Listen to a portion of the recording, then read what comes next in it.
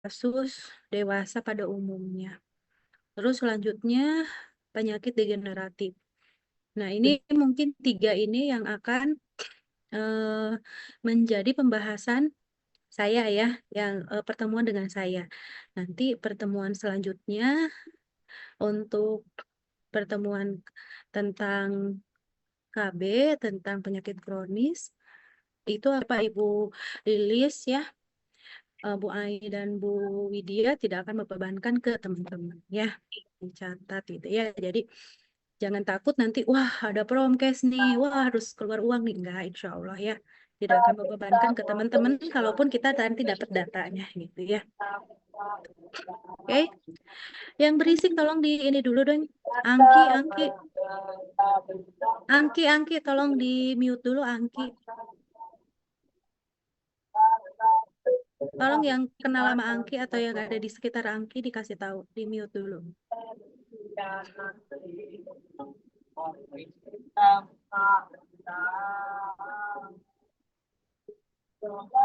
Oke, Angkinya kemana nih? Nah, pertanyaannya ya sekarang dengan materi yang kita bahas ini ya, tadi sudah ya kontrak kuliahnya tadi sudah sudah jelas ya. Nah, untuk pelajaran komunikasi konseling ini pelajaran yang ringan banget ya, yang nggak usah dijadiin beban gitu ya, harus gimana. Ini ringan sekali, teman-teman mengikuti gitu ya, dengan memperhatikan saja sebenarnya sudah bisa gitu ya, dan saya harap nanti nilainya juga nggak jeblok gitu ya, nilainya bagus-bagus gitu ya hasilnya, karena komunikasi konseling ini kan nantinya akan diaplikasikan oleh teman-teman di lapangan. Jadi memang eh, sesuatu hal yang nggak harus dibikin, ternyata bisa memute-kan otomatis ya di sini. Harus manggil-manggil Angki. Apa sih geriatri itu? Ada yang tahu nggak? Apa geriatri itu? Ikutin aja ya pelajarannya kalau belum tahu. Terus kita juga kan belajar di sini masalah komunikasi dan komunikator gitu ya. Ketika kita berkomunikasi dengan geriatri. Terus selanjutnya, eh, what is the effect of bad communication on geriatri? Jadi nanti teman-teman harus bisa menjawab ya. Ketika ada pertanyaan seperti ini harus bisa menjawab apa sih efeknya ketika komunikasi dengan geriatri itu, komunikasi yang terjadinya adalah komunikasi yang buruk gitu ya, komunikasi yang tidak baik, tidak efektif itu. Apa yang akan terjadi pada pasien geriatri ini? Sementara tadi di awal saya sudah bilang bahwa yang namanya geriatri itu adalah pasien yang istimewa ya, pasien yang memang memerlukan perhatian khusus. Ya. Terus selanjutnya, jadi kalau dengan saya gampang sebenarnya ya, pertanyaan-pertanyaan atau apa-apa saja hal yang kita bahas ketika pertemuan, nah itu yang akan muncul di ujian biasanya ya. Ya. Selanjutnya adalah what is the effect of effective communication on geriatric? Jadi ini kebalikannya dari yang pertanyaan sebelumnya. Ya. Ketika komunikasi kita efektif, ya, maka apa sih yang terjadi pada geriatrik tersebut, gitu ya? Jadi seperti itu. Jadi 5 pertanyaan ini di akhir pembelajaran harus kalian bisa jawab. Oke. Selanjutnya, nah kalau kita melihat ya skema geriatri di Indonesia, itu skemanya seperti ini. Jadi setiap tahun itu kita meningkat geriatri ya. Nah, asumsi ya, eh, estimasi di 2023 ini kita mencapai 15,77 ya. Jadi eh nih Sekjen Kemenkes terdahulu sih sebenarnya, ini sekjen yang udah lama banget ini ya. Beliau menyatakan bahwa aduh ini masih banyak banget ya yang yang masuk. Jadi saya harus fight terus. Jadi dokter gigi ya, dokter Oscar ini dia bilang ya, diharapkan geriatri ini dapat tetap sehat, mandiri, aktif, dan produktif. Jadi seperti itu. Tidak masalah geriatrinya banyak, tetapi mereka harus produktif. Ya. Terus juga tetap mandiri, tetap aktif. Jadi bukan berarti kalau misalnya sudah geriatri sudah tidak harus beraktivitas apapun gitu ya. Oke. Nah, di sini lihat proyeksi penduduk lansia ya, atau penduduk lansia atau geriatri gitu ya di tahun 2010 dengan estimasi sampai dengan 2035. Di sini naik terus. Dan kita ada di mana sekarang? Di antara 2020 sampai dengan 2030 ya. Dan sekarang kalau menurut apa namanya, survei nasional kita itu sudah di angka 10%. Nah, berarti kan sudah sangat tinggi, sudah tinggi ya, sudah lumayan tinggi. Nah, maka kasus seperti ini kita sebutkan dengan aging population. Ya, jadi kalau teman-teman mendengar sekarang kita menuju atau memasuki aging population ya, seperti inilah disebut dengan aging population. Jadi kita sudah populasi apa geriatri sudah meningkat, gitu ya. Terus, nah ini data sampai dengan 2020 tapi ya. Nah, 2020 ini di angka 11,34. Nah, kita itu sudah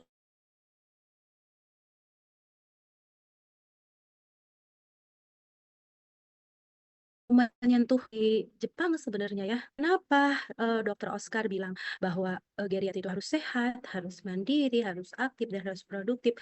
Karena menghindari yang namanya kasus kodokushi. Jadi di Jepang itu banyak sekali kasus kodokushi. Jadi kasus kodokushi itu adalah para geriatri yang meninggal sendirian di rumah gitu tanpa diketahui. Nah, di Jepang tinggi sekali kasus kodokushi ini. Nah, memang di Indonesia masih ada kasusnya tapi masih masih sangat sedikit sekali gitu ya untuk kasus kodokushi ini. Nah,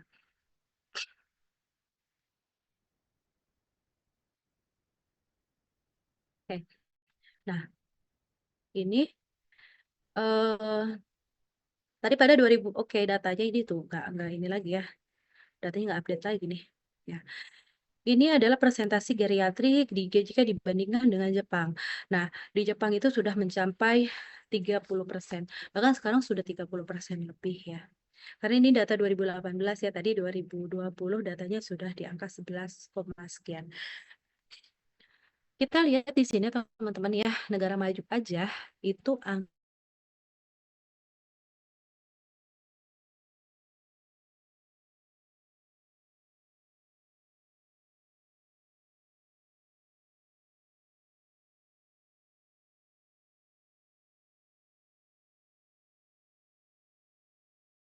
orang-orang yang ada di Indonesia gitu ya. Taraf hidupnya meningkat. Berarti di sini age-nya atau usianya juga dia akan meningkat gitu ya. Tetapi di sisi lain juga mendapatkan permasalahan ya. Karena di Indonesia tidak dilatih dengan kemandirian para geriatri itu ya, produktivitas tidak gitu ya. Jadi ini mendapat permasalahan. Makanya kita sekarang sedang salah satu program Indonesia sekarang ada berfokus pada geriatri ya, pelayanan khususnya gitu ya. Pada bidang kita kesehatan, jadi khususnya di pelayanan kesehatan kita ada yang namanya khusus pelayanan pada geriatri terpadu gitu ya. Nah, itu diberlakukan untuk di semua sarana pelayanan kesehatan, baik di klinik, puskesmas maupun di rumah sakit. Jadi yang belum ada itu di apotek aja ya. Nah, dengan demikian bahwa kita juga berarti di sini harus ikut serta ya dalam membantu program pemerintah. Jadi ini tahun lama ya, 2018 saya belum update nih ya, tim terpadu di rumah sakit. Nah, ini untuk pasien lansia memang beberapa rumah sakit sudah menyelenggarakan gitu ya. Terus ada juga yang namanya santun lansia. Nah, kalau di rumah sakit itu namanya tim terpadu. Kalau di puskesmas namanya adalah santun lansia. Nah, Beberapa, periode ke belakang ini memang saya, dengan tim sedang fokus pada, penyakit kronis pada geriatri. Nah ini, saya sedang fokus pada PIM-nya ya, yaitu, potensial inappropriate-nya. Nah, salah satu penelitian saya itu tentang penggunaan obat yang berpotensi tidak tepat pada populasi geriatri di Puskesmas Kota Tasikmalaya dan kita sudah, mengambil data di beberapa puskesmas di Kota Tasikmalaya, tentunya dengan arahan dari, Dinas Kesehatan ya. Jadi beberapa puskesmas contohnya ada di, yang paling banyak geriatrinya itu Purbaratu, terus, Cilembang, terus di, Kawalu, ya ada 5 rumah sakit ada 5 puskesmas dengan pasien geriatri tertinggi. Nah, ini akhirnya saya bisa melakukan diseminasi ya hasil penelitian ini di Bapelitbangda di Kota Tasikmalaya. Jadi audiensnya ini, eee, dari semua, dari perwakilan beberapa puskesmas dan kepala instansi rumah sakit serta, perwakilan dari pasien geriatrinya. Jadi data-datanya kami sodorkan ke mereka. Jadi ternyata solid banget ini mereka ya, si geriatri ini.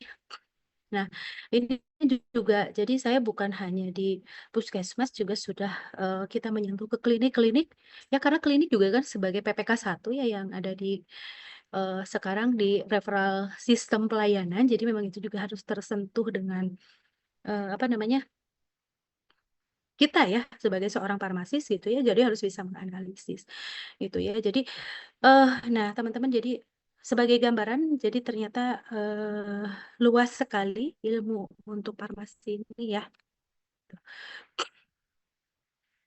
Nah untuk, eee, apa ya, data data geriatri di beberapa pulau atau di beberapa provinsi ya, ini saya ambil 5 tertinggi ya, yang paling tinggi itu adalah Yogyakarta.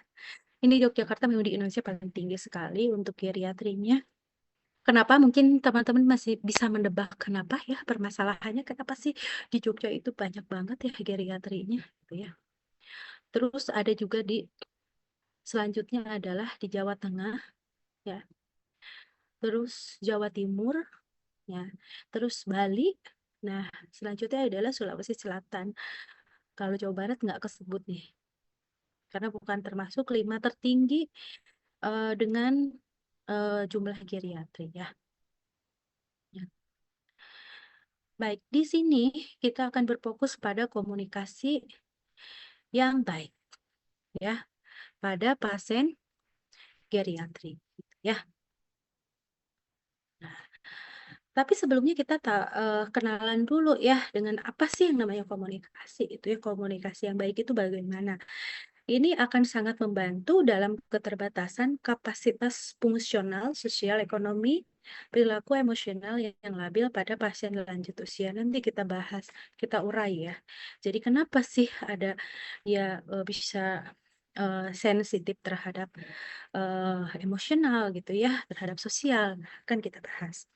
Terus komunikasi efektif itu ternyata ya dapat mengikut sertakan partisipasi pasien dalam mengambil keputusan. Karena sekarang itu eranya sudah, pasien oriented ya. Jadi segala sesuatu memang harus, atas persetujuan pasien. Misalnya pasien ternyata GDS-nya tinggi, tapi pasien nggak mau minum obat. Untuk sekarang dengan orientasi kepada pasien kita tidak bisa maksa, tetapi hanya bisa memberikan pengertian kepada pasien. Tapi ternyata dengan pasien oriented, itu meningkatkan kepatuhan terhadap pengobatan ya. Nah, ini dalam pengambilan keputusan sehingga membantu proses mengingat ya. Contoh misalnya proses mengingat, ibu ini diminumnya, eee, sehari 2 kali ya. Misalnya ibu minum jam 7 pagi, terus minum lagi yang 7 malam, terus ibunya nggak mau. "Nggak mau saya mah, mau minumnya jam 3 pagi sama jam 3 sore." Nah, kan nggak bisa kita tentang ya, "Mangga ibu silahkan," gitu kan. Kata ibunya teh Iya, karena saya bangun jam 3 buat tahajud misalnya.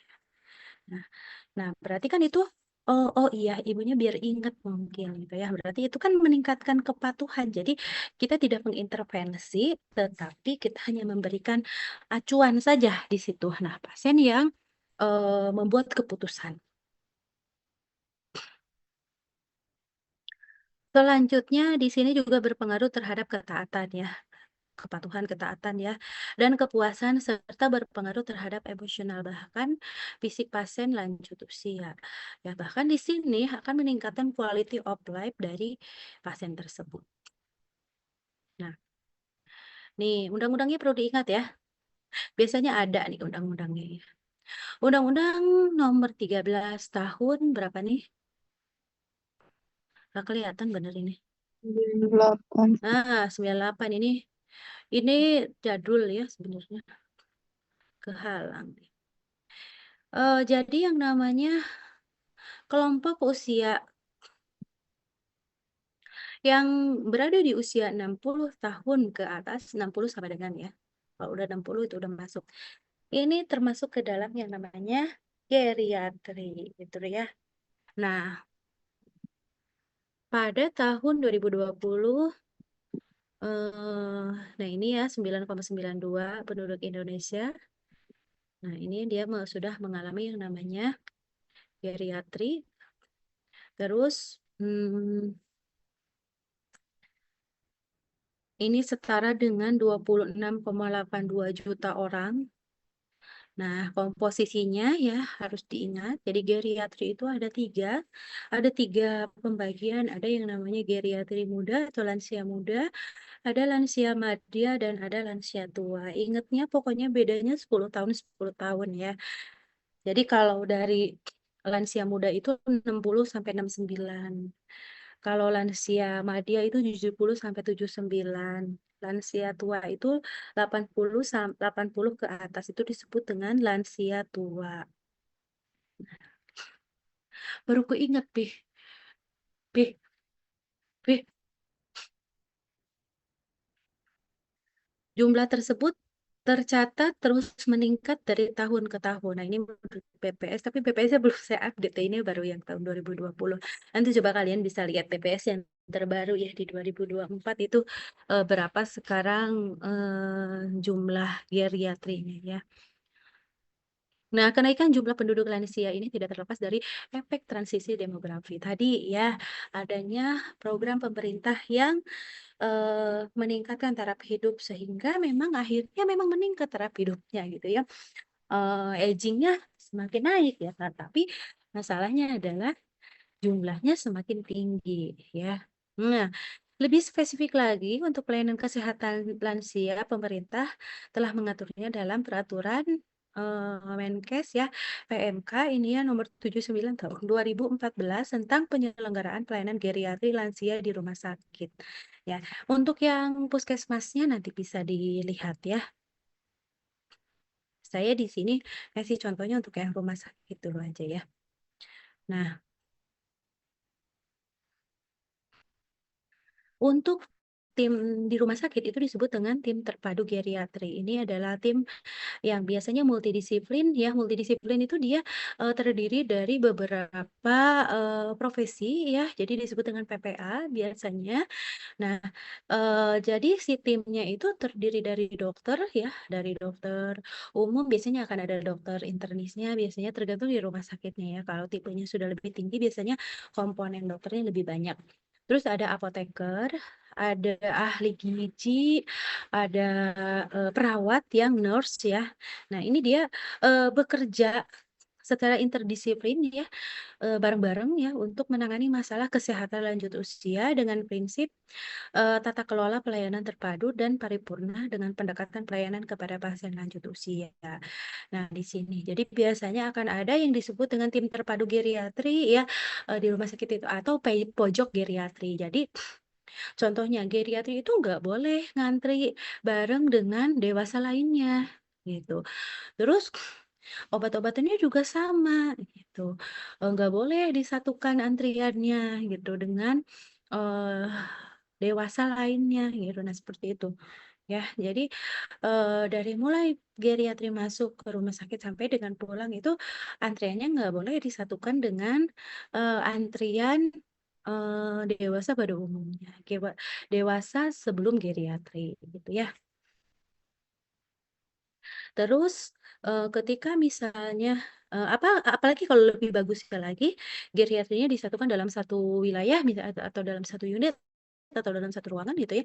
Jadi semua tim multidisiplinnya semuanya ada di situ, dokternya ada di situ, perawatnya ada di situ, obatnya ada di situ. Jadi obatnya bisa dianterin gitu ke pasiennya.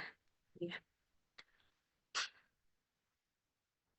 Nah, di sini yang namanya pemberian konseling melalui perantara diberikan jika pasien tidak mampu mengenali obat-obatan terapinya. Biasanya pasien geriatri itu kan diantar ya. Terus ketika ada konseling atau misalnya pemberian obat, apalagi untuk obat-obat tertentu yang membutuhkan apa ya penjelasan lebih detail, misalnya untuk obat asma gitu ya, cara menghirupnya, cara memutarnya, cara mengkliknya gitu ya. Terus untuk misalnya insulin ya, cara menginjeknya, cara muternya gitu, berapa unitnya gitu. Nah, itu kan perlu pemahaman apa ya, perlu edukasi yang apa ya, yang lebih terperinci sehingga memang membutuhkan yang namanya konseling. Ya. Nah, ketika memang kita lihat pasiennya tidak bisa menerima, kita harus mencari yang namanya perantara atau kita sebut dengan caregiver, gitu ya.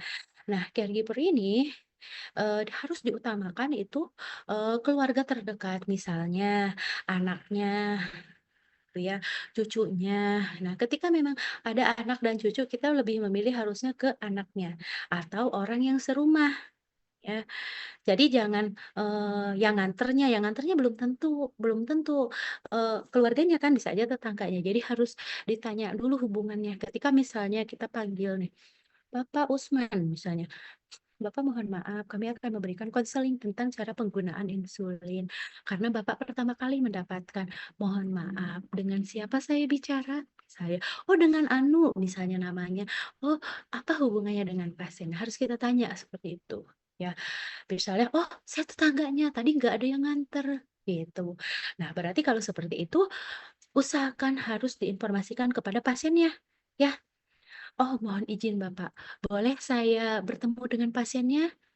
Ya, karena si bapaknya kan cuma nganter doang, ya, nggak diam di rumahnya. Nah, sekarang gimana kalau kita jelaskan udah panjang lebar ke bapak yang nganternya, sementara dia nggak bisa, apa, meneruskan informasi ke pasien, gitu.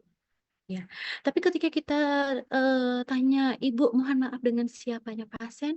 "Oh, saya dengan anaknya." Tanya lagi, "Apakah ibu satu rumah dengan pasien?" "Oh iya, saya satu rumah dengan pasien." Nah, baru ya, bahwa itu bisa kita nyatakan dia caregiver-nya pasien, gitu ya, perantara untuk pasien atau, pengasuhnya pasien. Nah, tapi kalau misalnya anaknya, tapi, saya nggak satu rumah. Nah, usahakan informasinya juga harus, tetap jatuhnya ke pasien, kalaupun ke si ibu yang nganternya juga sebagai anaknya, gitu. Jadi tetap pasien juga harus mendengar, gitu. Ya, jadi seperti itu. Ya. Jadi, pemahaman di sini enggak enggak berat kan, ya. Jadi informasinya, kalau udah di-accept, udah bisa tahu ya, kecuali nggak mendengarkan ya. Nah, terus selain geriatrik ya, juga ada di sini pediatrik ya. Pediatrik adalah kebalikan dari geriatrik berarti ya. Jadi pemberian konseling ini eh pasien pemberian konseling ini dia melalui perantara atau caregiver itu dia untuk pediatrik dan untuk geriatrik ya. Nah, pediatrik itu berarti anak-anak ya. Untuk golongan pasien yang tingkat kepatuhannya rendah misalnya, nah ini juga masuk ya. Jadi tingkat kepatuhannya rendah ya untuk geriatri dan pediatrik. Nah, di sini kalian bisa buka pedoman konseling pelayanan kefarmasian di sarana kesehatan. Di sini sudah jelas sekali dirincikan ya. Contohnya misalnya proses konseling pada nah di sini nih yang dimerahin nih. Nah, Seleksi pasien dilakukan dengan penentuan prioritas pasien-pasien yang dianggap perlu mendapatkan konseling. Prioritas pasien yang perlu mendapatkan konseling, ya. Di sini ada pasien dengan populasi khusus. Jadi geriatri dan pediatrik ini disebut dengan populasi khusus ya. Nah, nanti dibuka ya pedoman konseling ininya ya. Terus, nah tadi ya kita ikutinnya yang PMK aja ya, jangan yang ini ya. Nah, tetapi diketahui bahwa berarti ini termasuk ke dalam lansia muda ya. Yang di atas 65 tahun ini adalah kelompok dengan jumlah obat terbanyak dan diresepkan dengan proporsi obat tertinggi. Nah, di sini terjadi resiko polifarmasi ya pada pasien. Jadi obat-obatannya banyak dia ya. Nah, obat bebas, obat herbal juga biasanya akan banyak juga ya ke pasien. Makanya kita harus gali terus kepada pasien ya informasinya. Terus ini berdasarkan penelitian ya, tapi saya nggak nyantumin ya penelitiannya dari siapa. Tapi beberapa penelitian menyatakan memang di atas 65 tahun ini kelompok jumlah obat terbanyak ya. Karena kalau bahasa Sundanya mah seueur nu karaos gitu ya. Banyak keluhannya ya. Udah sakit pinggang, sakit lutut gitu ya. Terus juga ada pusingnya gitu. Terus pada pasien geriatrik juga terjadi penurunan fungsi organ fisiologis ya sehingga ini akan mengubah farmakokinetik obat ya. Jadi farmakokinetik itu berarti nasib obat di dalam tubuh ya. Jadi nasib obat di dalam tubuhnya itu gimana gitu. Bisa lebih cepat mungkin absorpsinya, bisa lebih lambat gitu ya. Tergantung dari jenis obatnya. Nah, kenapa di sini terjadi penurunan fungsi organ tubuh? Karena yang namanya degeneratif seiring berjalannya waktu, maka fungsi-fungsi tubuh itu fungsinya bisa menurun, menurun, gitu ya. Terus meningkatkan penyakit degeneratif kronis dan komplikasi betul sekali. Jadi pada geriatri ini berhubungan erat sekali dengan degeneratif ya. Karena tadi balik lagi fungsi-fungsi tubuhnya sudah mengalami eh apa apa ya bukan perform kualitas bukan kualitas juga ya apa fungsinya sudah mulai menurun aja gitu ya jadi secara farmakoterapinya eh makanya harus benar-benar kita eh khususkan ya di sini. Nah, ini why geriatric pharmacotherapy is challenging katanya ya, challenging banget memang pada geriatri ini ya. Pertama, karena setiap tahun semakin banyak obat yang tersedia, betul tidak? Betul banget ya. Dan eh, namun efek jangka panjang dan jangka pendeknya pada populasi geriatri belum sepenuhnya diketahui. Kenapa? Karena biasanya pada uji klinis geriatri biasanya nggak diikut sertakan, betul nggak? Ya, biasanya pada uji klinis kita hanya mengikut sertakan eh, orang dewasa pada umumnya, bukan geriatri ya. Jadi nggak ada tuh yang namanya penelitian tentang khusus pada geriatri gitu. Terus selanjutnya, sebagian besar obat belum dievaluasi secara klinis nih pada usia 70 tahun dan bahkan tidak ada yang dievaluasi untuk usia di atas 85 tahun. Ya. Terus indikasi yang disetujui oleh FDA dan penggunaan off-label terus berkembang untuk obat-obatan yang tersedia seringkali tanpa uji pada kelompok usia ini. Bukan seringkali, memang sangat tidak pernah diuji pada pasien geriatri. Ya, seringkali resep obat terlihat karena pertimbangan ekonomi dan rencana asuransi. Realita ya di lapangan ini mah.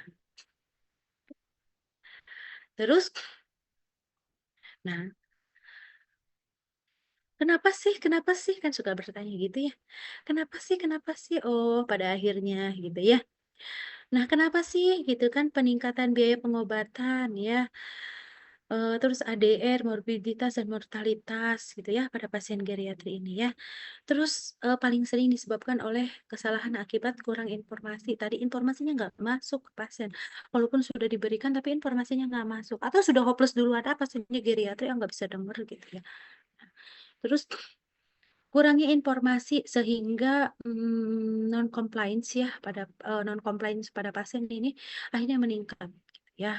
Nah, sehingga apa yang harus dilakukan, peran potensial farmasi di sini ya, dibutuhkan sekali, yang namanya pharmaceutical care pada geriatri gitu ya.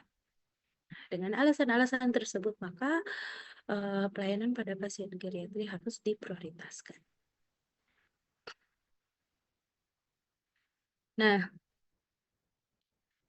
farmasi bertanggung jawab menjamin pasien terhindar dari ESO dan mencapai outcome-nya. Nah, ini adalah tujuan dari terapi yang, kita lakukan gitu kan ya. Perlunya knowledge dan skill atau pemahaman farmasi tentang farmakoterapi. Nah, saya yakin untuk tingkat ini sudah dapat ya farmakoterapinya. Terus kita mengenal juga yang namanya, patient center ya. Jadi, kita harus menciptakan yang namanya, apa ya, saling mempercayai ya antara kita dengan pasien sehingga sehingga, kita bisa bertukar informasi akhirnya dengan pasien. Terus, salah satu hal ya, tadi sudah di-spill juga di awal, kita harus selalu melibatkan pasien untuk keputusan, ya. Jadi pasien maunya minumnya gimana, kita hanya memberikan arahan. Terus membantu pasien mencapai tujuan terapi, ya. Terus, komunikasi yang efektif ini penting bagi farmasi untuk menjalankan tanggung jawabnya sebagai seorang, apa ya, penelaah obat ya, atau sebagai seorang pharmaceutical care. Terus farmasi harus mampu, eee, yang pertama adalah, memahami kondisi sosial fisiologis pasien, ya. Terus menganggap setiap pasien itu unik, maka pasien geriatri ini unik, karena belum tentu juga kita mencapai usia pada pasien tersebut, gitu ya. Terus membangun hubungan yang sederajat dengan pasien, jadi jangan sampai ada up and down, aku nih paling tahu sementara kamu ini nggak tahu, gitu ya. Jadi menganggap bahwa pasien itu udah di bawah kita, gitu ya.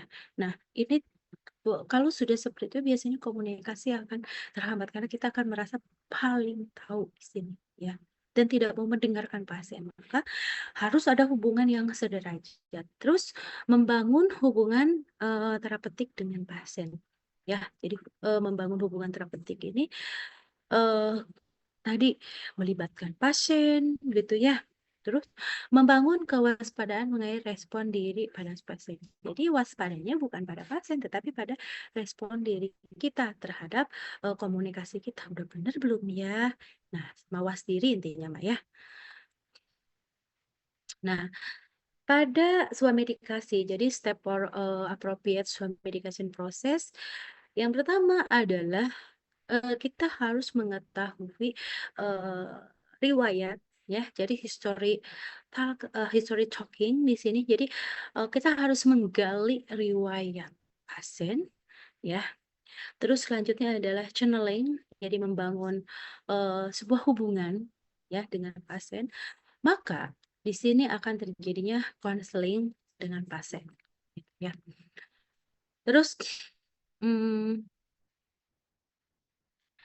nah, di sini adanya sudut pandang tentang, pasien center pada proses pengobatan, eee, ketika misalnya ada masalah kesehatan, maka, karena kita sudah, menggunakan sudut pandang pasien centered yang akan fokus kepada pasien, maka, harus menginterpretasikan apa sih permasalahannya, gitu ya. Masalahnya di sini bisa kita secara garis besar ya bisa bisa ada 3 permasalahan. Yang pertama adalah tentang misalnya faktor sosial fisiologi. Nah, ada juga pengaruh keluarga, ada juga kepercayaan. Terus selanjutnya ada, pengaruh terdahulu, dulu oke gitu ya, sering kita dengar seperti itu ya. Tingkat pengetahuan juga karena yang namanya pasien latar belakang pendidikannya berbeda-beda ya, terus perbedaan culture ya, culture-nya beda-beda juga gitu ya. Kalau, di Jawa Barat aja misalnya di Tasikmalaya, kan ada orang Cikatomas, ada orang Tasikmalayanya gitu ya, ada orang kabupatennya begitu ya. Nah, mereka memiliki culture-culture yang berbeda-beda. Nah, maka harus menginterpretasikan gitu, "Oh ini dia kulturnya berbeda-beda beda-beda ya," di sana. Apalagi kalau misalnya kita tiba-tiba PNS ditetapkan di Jawa Tengah gitu ya, dengan bahasa juga yang berbeda. Nah, maka harus melihat culture-nya.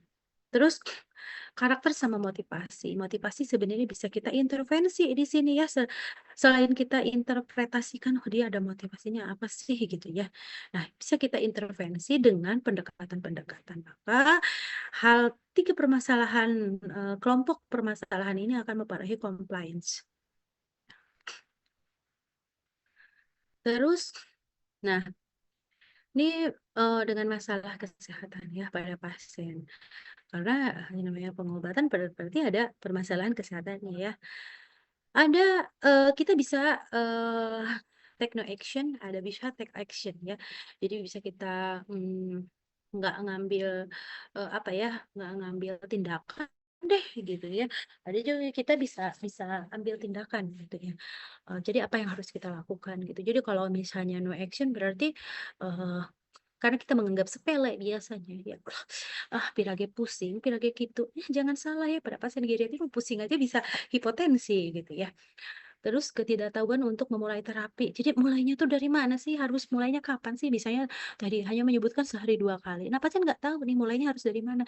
Nah, berarti kan, kita harus memberikan gambaran nih, Ibu sehari 2 kali, Ibu bisa minum 12 jam sekali, bisa minum jam 7 pagi dan juga jam 7 malam. Nanti pasien akan, "Oh, udah saya mah bisanya di jam ini dengan jam ini," ya. Nah, kalau, berarti yang namanya no action berarti take no action mah berarti kita nggak memberikan gambaran seperti itu. Akhirnya pasien bingung dia harus memulai ini jam berapa, gitu ya. Nah, ketika misalnya kita mengambil take action, berarti di sini memang yang harus kita lakukan ya, eee, misalnya pasiennya itu dia mengobati diri sendiri secara non medis, ya. Maka, di sini secara praktisi medisnya harus bagaimana, gitu ya. Nah, berarti di sini kemampuan praktisi, dia harus mendengarkan informasi yang potensial. Terus selanjutnya adalah, kemampuan praktisi ini akan mendapatkan informasi yang relevan. Terus, kelengkapan informasi yang diberikan oleh pasien. Nah, semuanya bisa kita analisis, ya. Terus, nah, di sini berarti dia harus menjelaskan gejala dan interpretasinya, ya. Apa interpretasinya, betul, ya. Terus transfer kontrol dari pasien ke praktisi medis. Jadi kita harus menggali riwayatnya sehingga kita mendapatkan informasi-informasi riwayat pasien. Maka akan terbentuk yang namanya diagnosis pasien di sini ya. Ketika diagnosis sudah tegak, maka di sini peran farmasis harus menganalisis kesesuaian pengobatannya. Ya. Nah, inilah bagian kita. Kalau tadi itu bagiannya dokter biasanya ya, karena goalnya adalah diagnosis. Kita mah tidak boleh yang namanya mendiagnosis. Maka di sini ketika diagnosisnya sudah keluar, kita harus merekomendasikan terapi ya. Rekomendasi terapi bisa obat ya. Rekomendasi terapi pasti obat gitu ya. Nah, yang namanya terapi pasti obat gitu ya untuk farmasi. Nah, apakah kita akan menggunakannya sesuai dengan pemahaman mereka, misalnya sesuai dengan pemahaman pasien? Nah, kalau misalnya pemahamannya tidak sesuai, maka akan terjadi kesalahan berarti ya. Nah, di sini harus kita benerin. Nah, kesalahan regimen dosis misalnya, kekurangan memahami apa yang direkomendasikan gitu ya. Terus modifikasi regimen bisa bisa juga bisa terjadi ya. Sehingga di sini kemampuan praktisi medis untuk membuat pasien memahami rencana terapi. Maka dibutuhkan sekali di sini posisi kita ya atau apa ya, peran kita ya, gitu ya, untuk, menganalisis ya, eee rencana terapi atau terapi yang sudah didapatkan oleh pasien. Terus selanjutnya memonitor respon diri, apakah terapinya bisa dilanjutkan? Ya, wah ternyata pasien dapat ranitidin. Terus eh, pada pasien geriatri misalnya terus cek HD juga gitu ya, maka ranitidinnya harus dievaluasi lagi nih gitu ya penggunaannya gitu. Karena apa? Karena dosisnya harus dihitung lagi berdasarkan CACR pasien gitu ya. Terus eh ternyata pasien geriatri dari dokter jantung. Duh, dokternya apa lupa ya, dia dapat warfarin gitu ya. Padahal warfarin ini masuk ke dalam PIMS pasien gitu ya menurut metode atau menurut analisis bir dan stop gitu ya, bir start and stop gitu ya. Si warfarin ini tidak boleh dipakai pada pasien geriatri gitu ya. Nah, karena akan menyebabkan eh, dia potensial inappropriate medication gitu ya pada pasien. Maka apakah terapinya harus dilanjutkan ataukah tidak? Nah, itu analisis ya. Analisis yang harus kita gunakan gitu. Terus mengubah regimen terapi. Tadi regimennya ya. Pasiennya kan geriatri, kok pakai obatnya ini sehari 3 kali misalnya. Padahal eh, sesuai dengan ketentuan untuk pasien geriatri hanya untuk 2 kali aja. Misal contohnya pada penggunaan insulin misalnya, loh kok GDV-nya ini nggak turun-turun sih gitu ya. Oh ternyata memang setelah dianalisis lagi kurang dosis misalnya ya gitu. Berarti regimennya bisa berubah. Terus menghentikan terapi.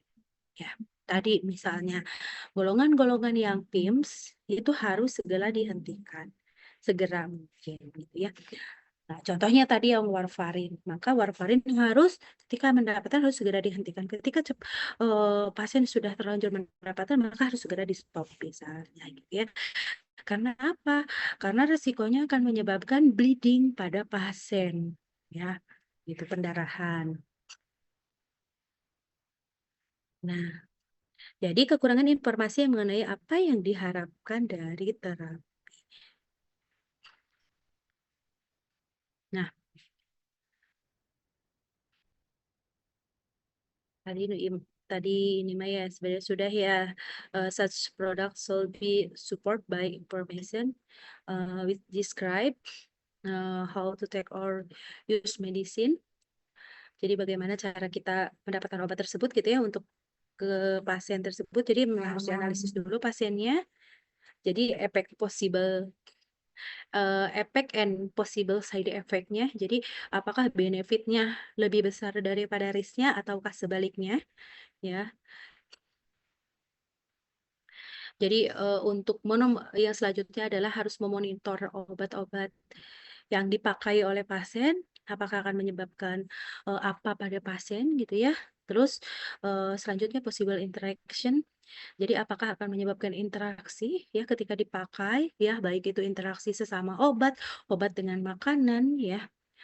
Terus precaution and warning. Jadi eh, tadi ya intinya teman-teman kalau kalau untuk geriatri ini harus minimal tahu salah satu metode, salah satu analisis aja, analisis BIRS misalnya, karena di situ ada obat-obat yang termasuk PIMS gitu ya, potensial inappropriate medicine. Jadi obat-obat yang tidak boleh digunakan oleh pasien gitu apa saja. Nah, jadi warningnya itu di situ gitu ya untuk pasien geriatri. Terus duration of use and when to seek professional advice. Jadi kapan sih harus diberhentikan obat dan kapan memang secara efektivitasnya harus dipakai oleh pasien, gitu ya. Nah,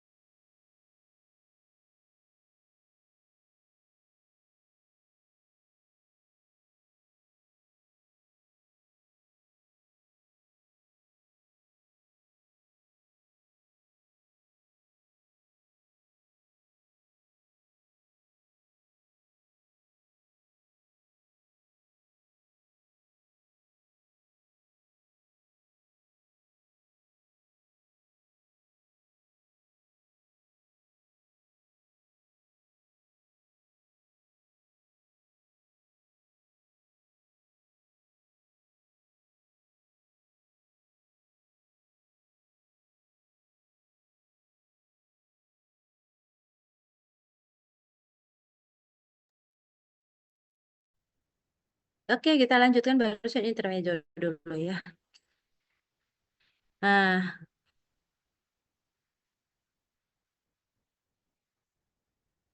jadi reason to encourage pasien to share their experience with therapy ya. Jadi pasien biasanya akan memiliki pertanyaan yang tidak terjawab. Nah, terus pasien salah memahami terapi. Jadi ketika ada pertanyaan terus tidak terjawab, akhirnya akan menyebabkan misunderstanding. Terus pasien salah memahami terapi karena tadi bisa saja terkait dari pertanyaan yang tidak terjawab, bisa saja dari pemahaman yang yang misunderstanding tadi ya, pemahamannya tidak sama gitu ya. Terus pasien memiliki masalah terkait terapi, misalnya setelah minum itu suka lemes atau suka berdebar, akhirnya pasien nggak mau minum lagi. Nah, hal tersebut kalau kita sampaikan di awal, pasien akan waspada. Jadi misalnya, "Ibu setelah minum obat ini akan, sedikit berdebar ya. Jadi kalau sudah minum obat ini, Ibu istirahat aja, nanti juga berdebarnya hilang sendiri." Misalnya seperti itu. Jadi pasien sudah prepare, ketimbang pasien merasakan dulu tapi tidak tahu. Tuh, terus misalnya, eee Ibu setelah minum obat ini, Ibu akan sedikit pusing. Jadi kalau sudah minum obat ini, Ibu tidur aja ya, gitu ya, atau istirahatkan aja, gitu ya. Nah, terus, pasien membuat keputusan terapi sendiri. Jadi dengan, komplek-komplek permasalahan yang terjadi pada pasien, akhirnya pasien, "Ah sudah ah, nggak mau minum, obat bisoprolol," gitu ya, karena, saya dengar dari internet bahwa itu menyebabkan, eee misalnya, kata bapak-bapak yang geriatri gitu ya, karena, kalau bapak-bapak kan nggak ada, eee, waktunya ya, nggak ada expire-nya ya. Wah, itu menyebabkan, saya tidak bisa ereksi misalnya. Jadi akhirnya, obatnya nggak diminum, akhirnya ritme jantungnya tidak teratur gitu ya.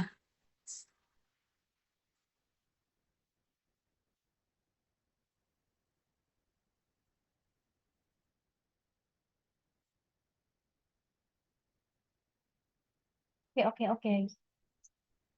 Oke oke oke. Oke oke. Oke, waiting for me. Oke oke, siap.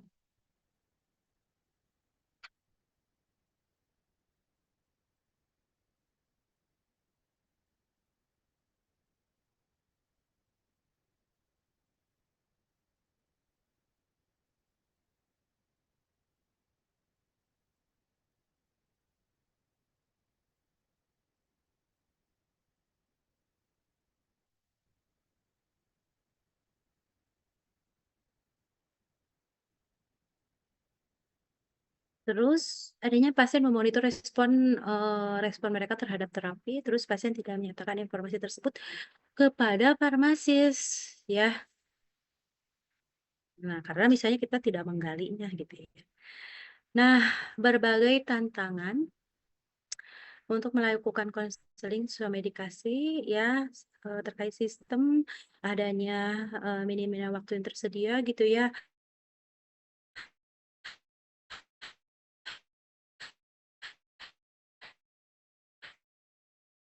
apalagi misalnya di rumah sakit, orangnya juga terbatas gitu ya, gimana cara perlukan yang namanya, seleksi berarti ya. Terus minimalnya stimulus. Stimulus bisa ekonomi, peraturan, nah itu stimulus ya sebenarnya untuk para praktisi. Terus dinamika, kerja paksa, pokoknya harus ya karena mau akreditasi gitu ya. Terus, minimnya kualitas pengukuran dan, pemrosesan. Jadi nggak ada tuh tolak ukurnya, misalnya harus berapa pasien, harus, prosesnya gimana misalnya, ya. Terus hukum, terus kekurangan pengakuan oleh praktisi kesehatan lainnya. Nah, kalau untuk di lingkungan farmasinya, ini adalah kurang privasi karena biasanya misalnya nggak ada nih ruangan buat, melakukan konselingnya, sehingga kesulitan akhirnya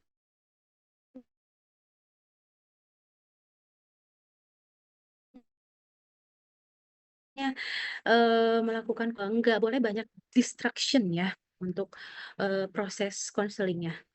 Apalagi yang misalnya pendengarannya sudah menurun. Terus kurangnya privasi halangan fisik ya, halangan fisik misalnya, pada kasus, yang tadi ya, pendengarannya misalnya menurun, tuh, itu juga, berpengaruh ya. Terus farmasi yang sulit untuk diakses. Wah, areanya sempit gitu ya, susah buat berdiri aja susah gitu. Atmosfer yang kondusif untuk berkomunikasi. Susah nih nyari, atmosfer yang kondusifnya, vibes-nya aja udah nggak mendukung misalnya ya, sehingga tidak tercapai akhirnya.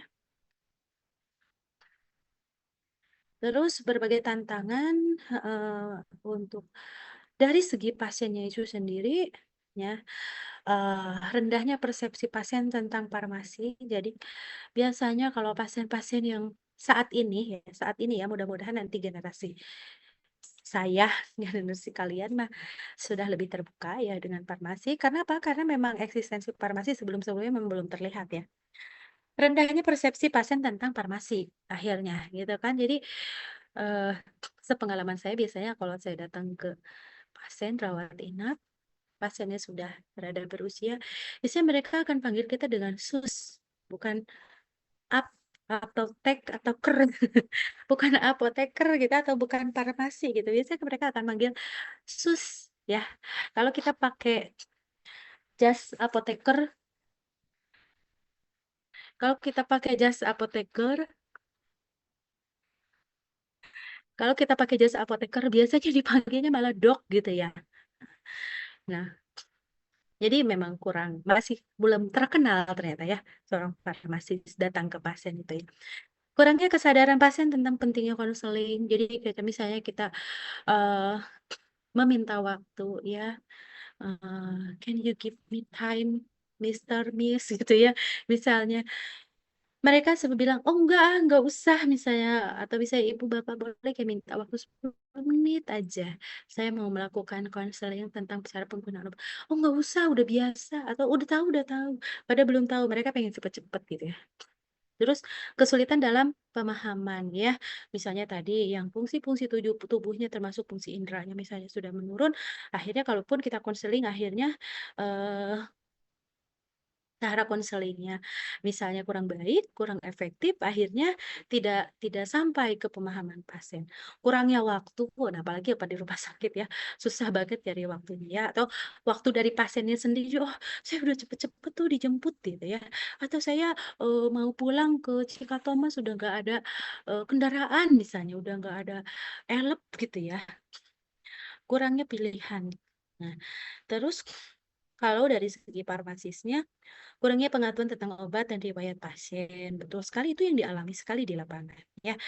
Dan saya harap teman-teman ini mempelajari betul-betul tentang obat-obatan ya. Jadi obat-obat di dunia farmasi ini kan dunianya kita, jadi kita yang harus lebih tahu tentang obat-obatan ya. Nah, terus riwayat pasien, jadi kurangnya menggali tentang informasi pasien. Kurang rasa pede, betul. Karena apa? Terkait dari poin satu, ya, pengetahuannya, gitu ya. Kurangnya keahlian yang dimiliki. Sebenarnya kalau keahlian sebenarnya lebih ke jam terbang sebenarnya ya. Minimalnya manajemen waktu, betul. Karena misalnya, aduh sudah terlalu lelah di rawat jalan, misalnya sehari saya harus melayani 400 pasien misalnya ya. Minimnya sumber daya yang dimiliki, betul sekali. Karena farmasi memang secara PMK-nya juga masih lebih sedikit ya dibandingkan dengan tenaga medis kayak perawat itu ya.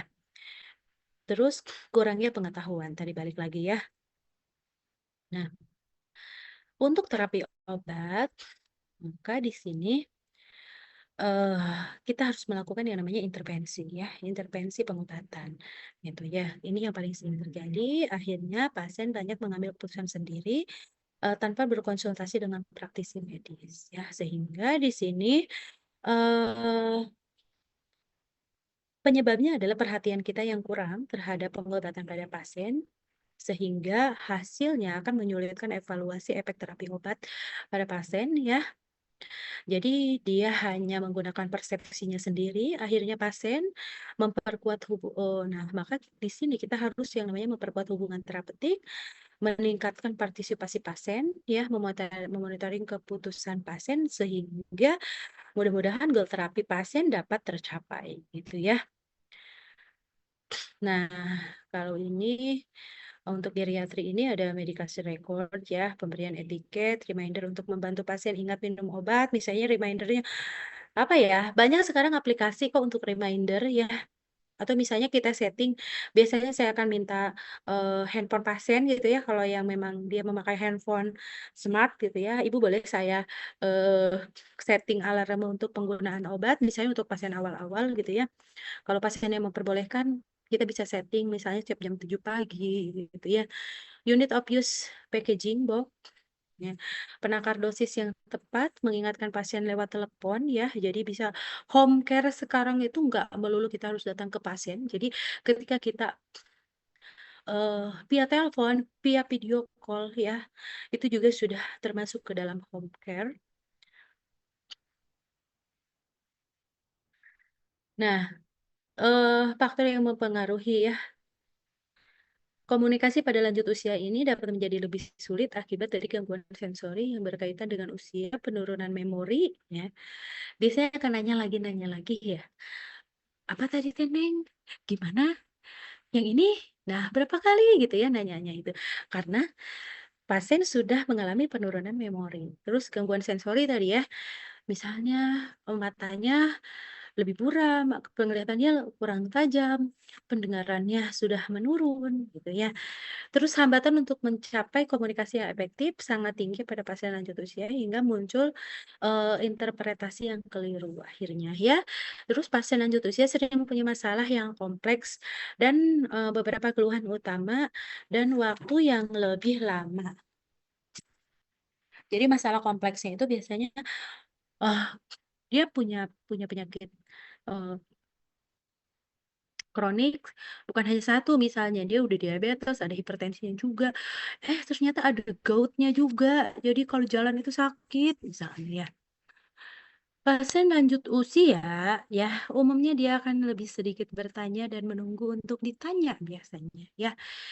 Jadi keaktifannya itu berbeda kita dengan menghadapi pasien yang sedang produktif. Kalau pasien produktif kita akan capek menjawab, kalau di pasien lanjut usia kita akan capek bertanya. Nah, hindari yang namanya ageism ya. Jadi ageism itu adalah diskriminatif usia ya.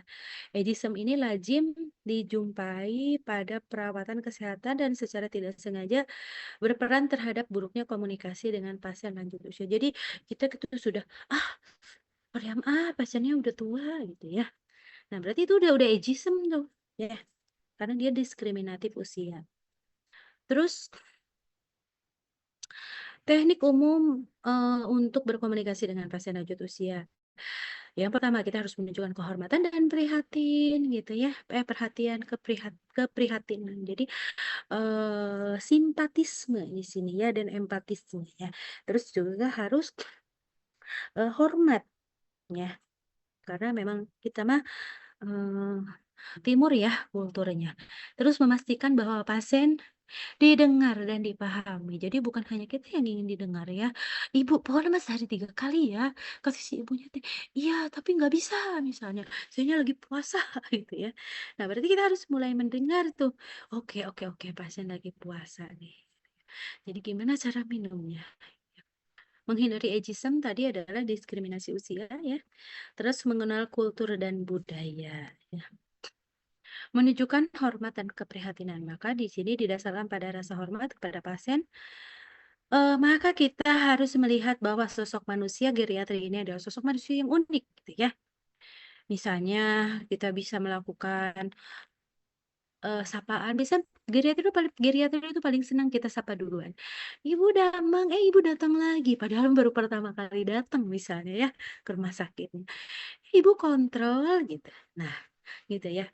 Jadi sebelum kita menjelaskan obat, itu akan lebih hangat suasananya, kita sapa dulu pasiennya. Jadi setelah misalnya tadi ya, kita mau verifikasi data pasien, dengan ibu siapa, ibu, eee, Aan misalnya, usianya tanggal lahirnya Bu boleh disebutkan. Nah, kalau pasien sudah teredukasi biasanya mereka akan bawa kertas kayak atau bawa KTP kayak gitu ya untuk memverifikasi diri sendiri. Terus baru kita, "Ibu kontrol ya?" Gitu. Jadi, bangun dulu suasana yang hangat ya, dengan melakukan sapaan. Terus, nah pandangan mata juga ya, jadi jangan kayak males-malesan padahal, "Ya gimana nggak males-malesan, saya itu udah berdiri dari, jam 7 pagi dan sekarang udah jam 12 gitu ya, udah berapa ratus pasien yang saya layani," gitu ya. Nah tetap ya karena memang sudah tugasnya ya, wayahna eta mah. Terus sentuhan lembut di tangan, lengan, atau pundak, tetapi ingat lagi gendernya ya, kalau laki-laki ya tidak ke perempuan, kalau perempuan ya tidak ke laki-laki, seperti itu ya. Menunjukkan rasa turut prihatin dan perhatian. Terus memastikan bahwa tadi ya, pasien didengar dan dipahami. Jadi kita tidak tergesa-gesa dalam mendengarkan, ya. Jadi pelan-pelan aja kalau pada pasien geriatri ya. Itu merupakan kunci komunikasi yang efektif. Jadi selanjutnya kita membiarkan pasien untuk, bicara dulu silahkan gitu ya, kasih dulu, eee, kasih mereka waktu gitu ya untuk bicara. Jadi dan tanpa menginterupsi, jadi jangan dipotong ya. "Oke oke Pak, saya sudah tahu. Oke oke Pak, saya sudah dengar." Nah, jangan seperti itu ya. Jadi biarkan dia ngomong, karena kalau pada pasien geriatri mah nggak akan lama mereka ngobrol juga ya. Nah, karena kita butuh menggali informasi pada pasien. Intinya, jangan ada interupsi ketika pasien sedang menceritakan riwayat. Berbicara pelan, jelas, dan keras tanpa berteriak, menggunakan bahasa kalimat yang singkat dan sederhana. Karena pasien lanjut usia umumnya lebih sedikit bertanya dan menunggu untuk ditanya. Menghindari ageism, kenali pasien lanjut usia sebagai suatu pribadi dengan riwayat dan penyelesaian yang jelas. Pasien lanjut usia merupakan individu yang unik ya, dengan pengalaman seumur hidup, berharga, bukan orang tua yang tidak produktif dan lemah ya. Mengenal culture dan budaya, jadi, mengenal latar belakang kultur misalnya kita ya, budaya pasien. Nah, itu akan sangat membantu sekali, dalam menghadapi pasien lanjut usia. Strategi tambahan ya, pelajari data dulu sebelumnya, kalau sempat. Misalnya untuk rawat-rawat inap biasanya seperti ini, kalau rawat jalan, biasanya kita hanya sekilas membaca tentang obatnya aja ya, atau resepnya aja. Meminta pasien menceritakan keluhannya, ya. Sekali aja ya, jangan pas di pendaftaran ditanya, nanti di kasir di, perawat ditanya lagi keluhannya, di farmasi ditanya lagi. Nah, pasien udah harus menjelaskan berapa kali itu ya.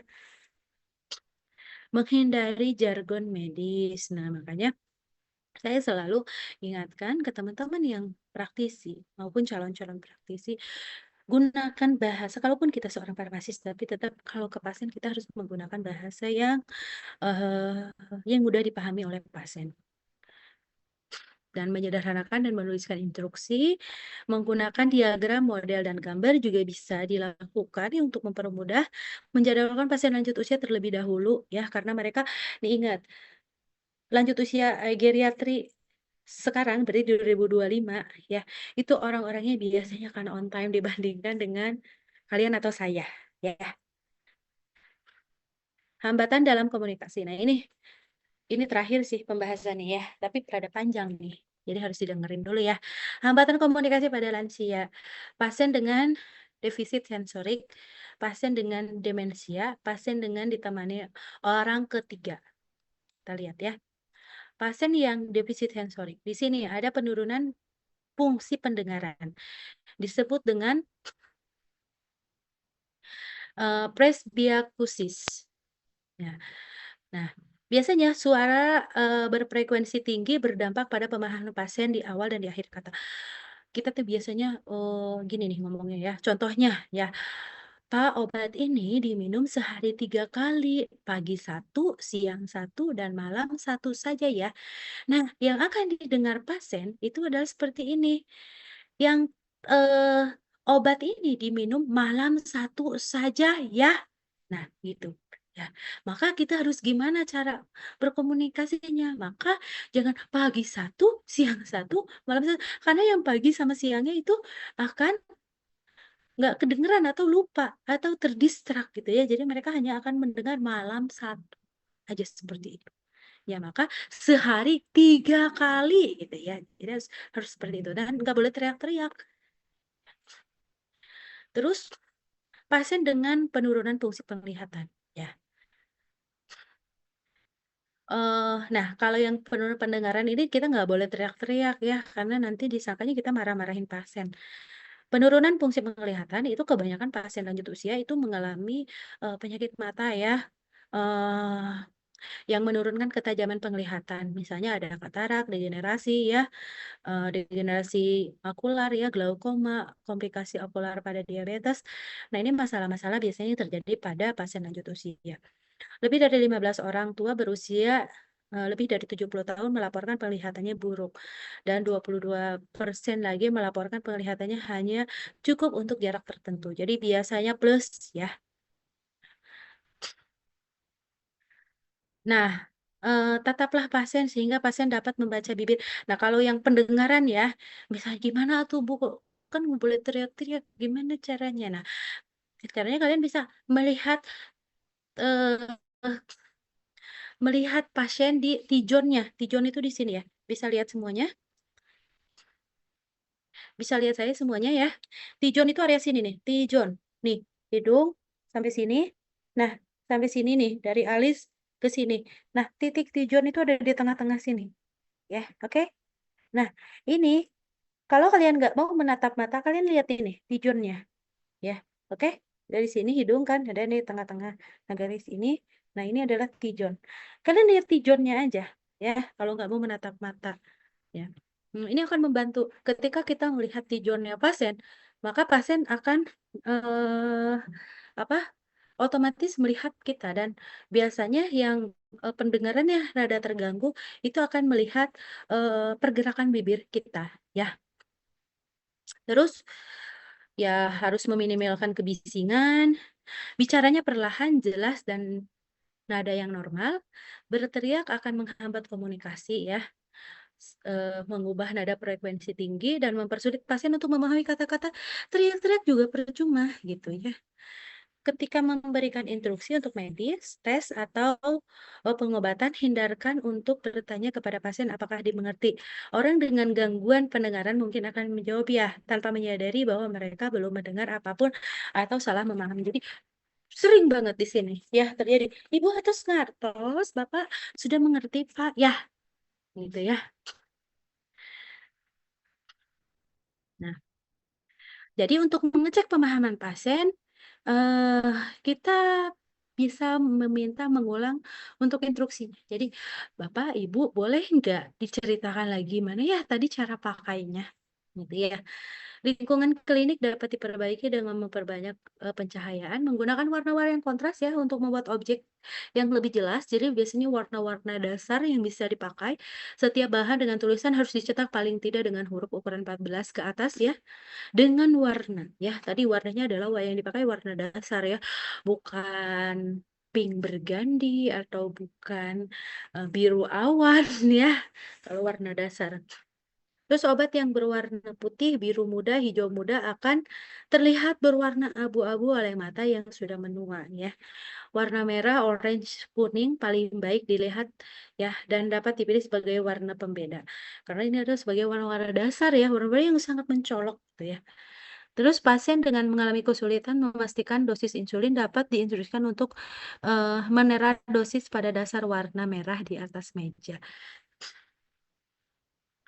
Pasien dengan demensia, pasien mengalami kehilangan memori biasanya ya, kesulitan mengingat kejadian yang baru terjadi, memiliki rentang konsentrasi yang sangat singkat, sulit untuk tetap berada dalam satu topik tertentu.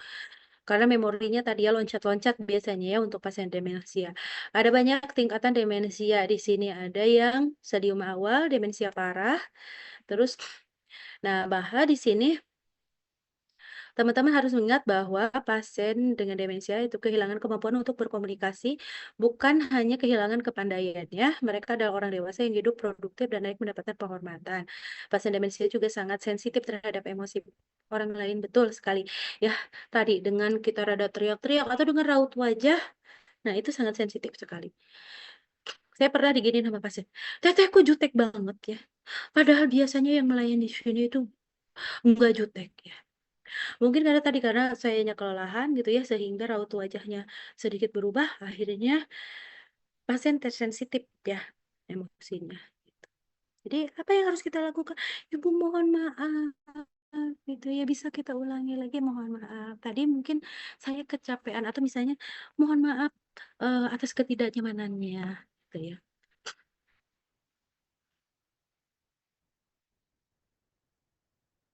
Nah, teknik tambahan ya pada pasien demensia. Selalu harus memperkenalkan diri karena pasien pasti lupa lagi ya. Mengobrol sejenak.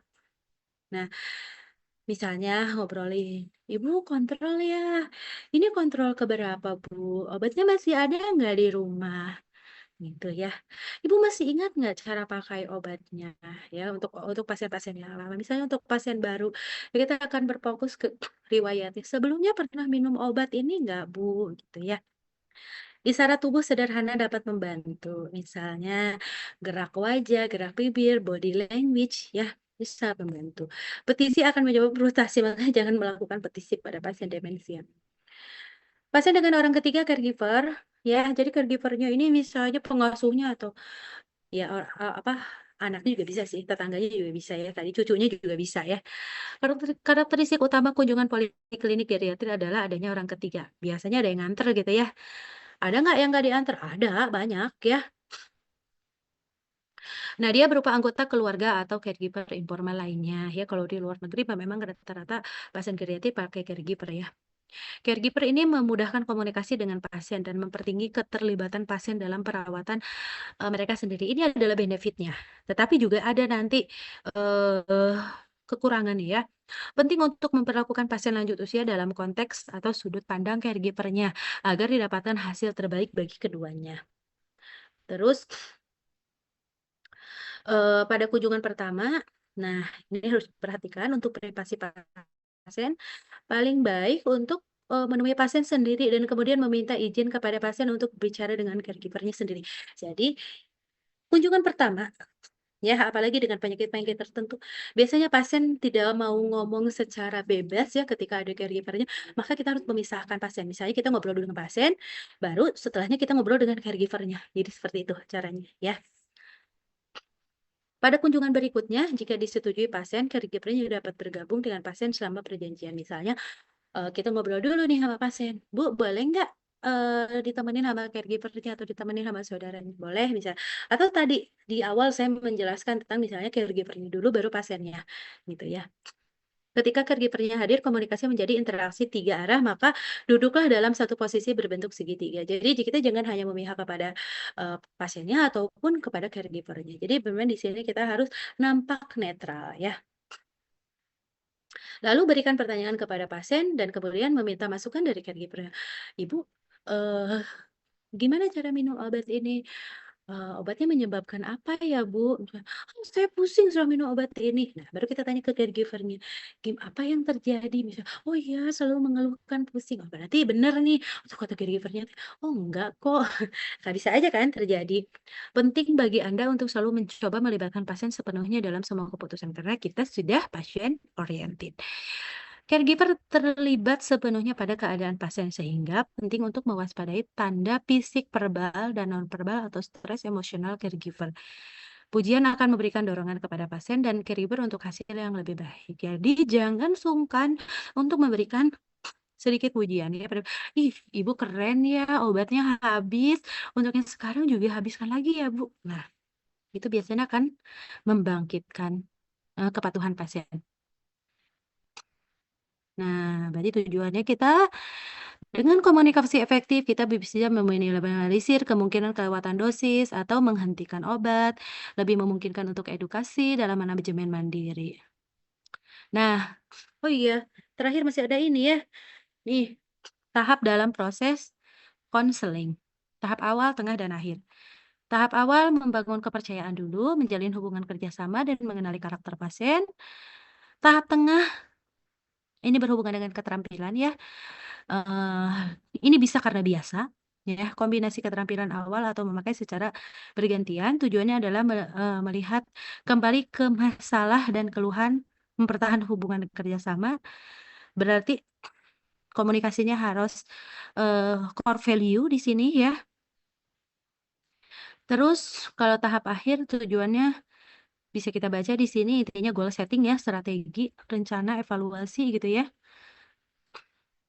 Nah, ini bisa dibaca aja ya strategi komunikasi yang dapat dipakai oleh apoteker ya.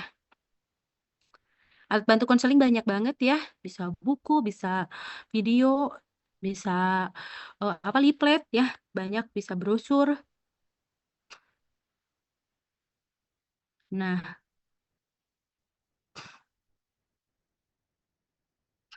kita ke kasus ini. Coba kita lihat bareng-bareng. Geriatri. Udah pembahasan aja. Sorry.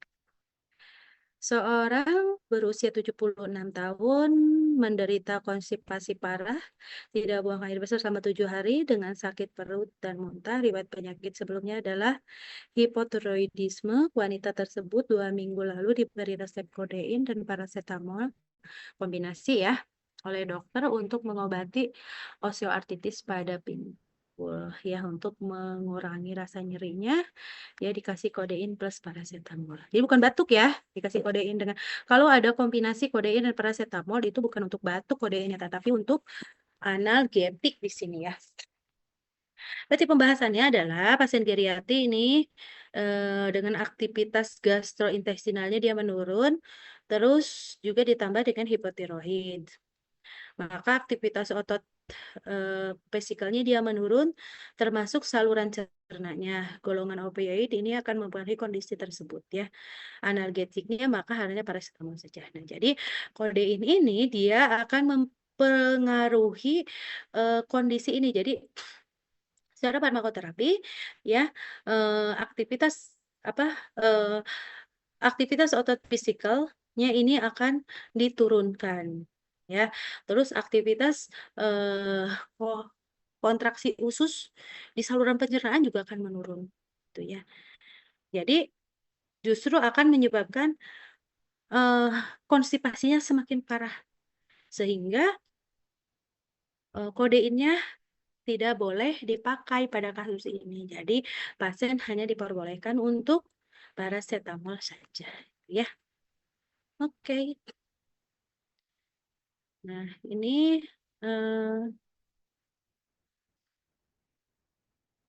analgetiknya ya, bisa ibuprofen, bisa naproxen.